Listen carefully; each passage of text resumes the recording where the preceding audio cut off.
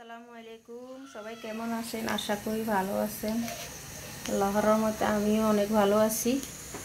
আজকে আমি একটা রেসিপি নিয়ে আসতেছি, আপনাদের সাথে শেয়ার করতেছি আমি কি কি রান্না করতেছি। এই হলো যে টমেটো কুচি, এটা আলু কুচি। তো এইখানে আমি চিংড়ি মাছ, ইটালিয়ান ছোটো ছোটো চিংড়ি মাছ সাগরের, আর হয়েছে পেঁয়াজ রসুন, এটাতে মানে চিংড়ি মাছগুলো ভাজতেছি।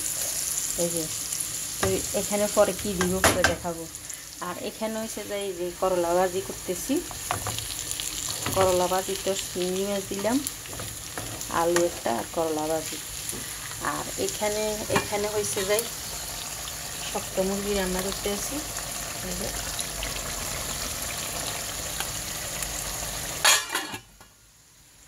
তো আমার সাথে থাকেন, আমি কি কি এখানে কি কি অ্যাড করব পরে দেখবেন। ওকে, এখন আমি এখানে অ্যাড করতেছি মরিচের গুঁড়ো, আর অল্প একটু সামান্য একটু হলুদের গুঁড়ো, ভালোভাবে এখন মিক্স করব।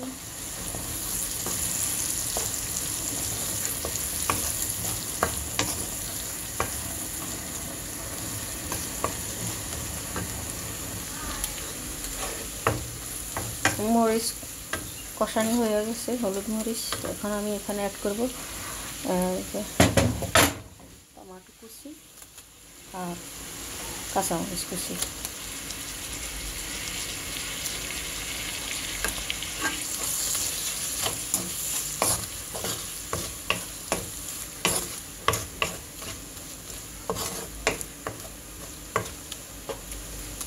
চুলার আঁচটা একটু বাড়াই দিব।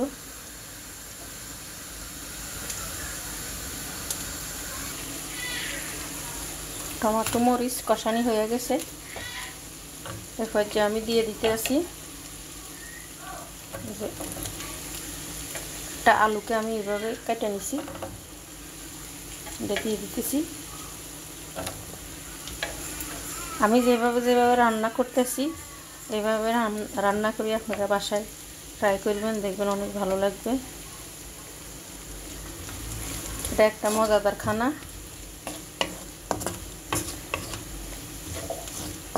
এটাতে আমি এটা কি রান্না করতেছি আস্তে দেখতে থাকুন, আমি আস্তে আস্তে করে সবগুলো দেখাবো। এখন এটা কষানি হোক, ফিরে আসতেছি 3 মিনিট। এই যে এটা আমাদের গাছের মরিচ, কিছু পাইকে গেছে আর কিছু কাঁচা। এগুলো অনেক জাল দুটো দিলে অনেক হয়ে যায়। আর এই যে অনেকগুলো ধনিয়া পাতা কাটি রেখেছি, তো চলেন দেখি ধনিয়া পাতাগুলো কি মিশে আমি দিতেছি। এই যে আমার করলা ভাজি ফাইনাল হয়ে গেছে, দেখেন অনেক সুন্দর হয়েছে, অনেক মজা হয়েছে। আমি একটু লবণ টেস্ট করছি,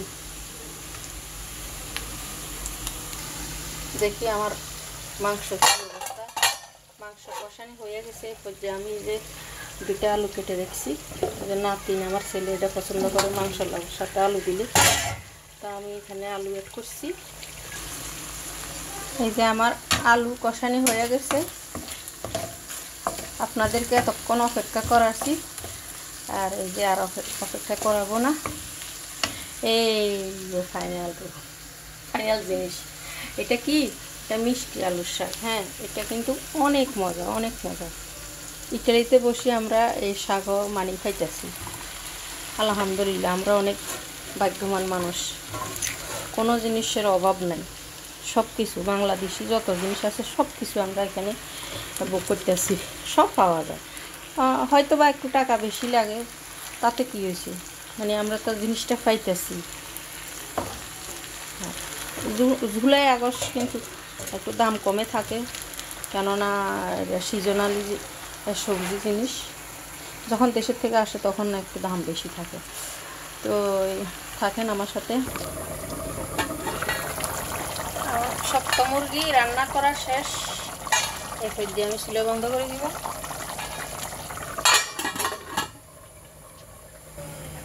এই যে আমার চিংড়ি মাছ দিয়ে শাক রান্না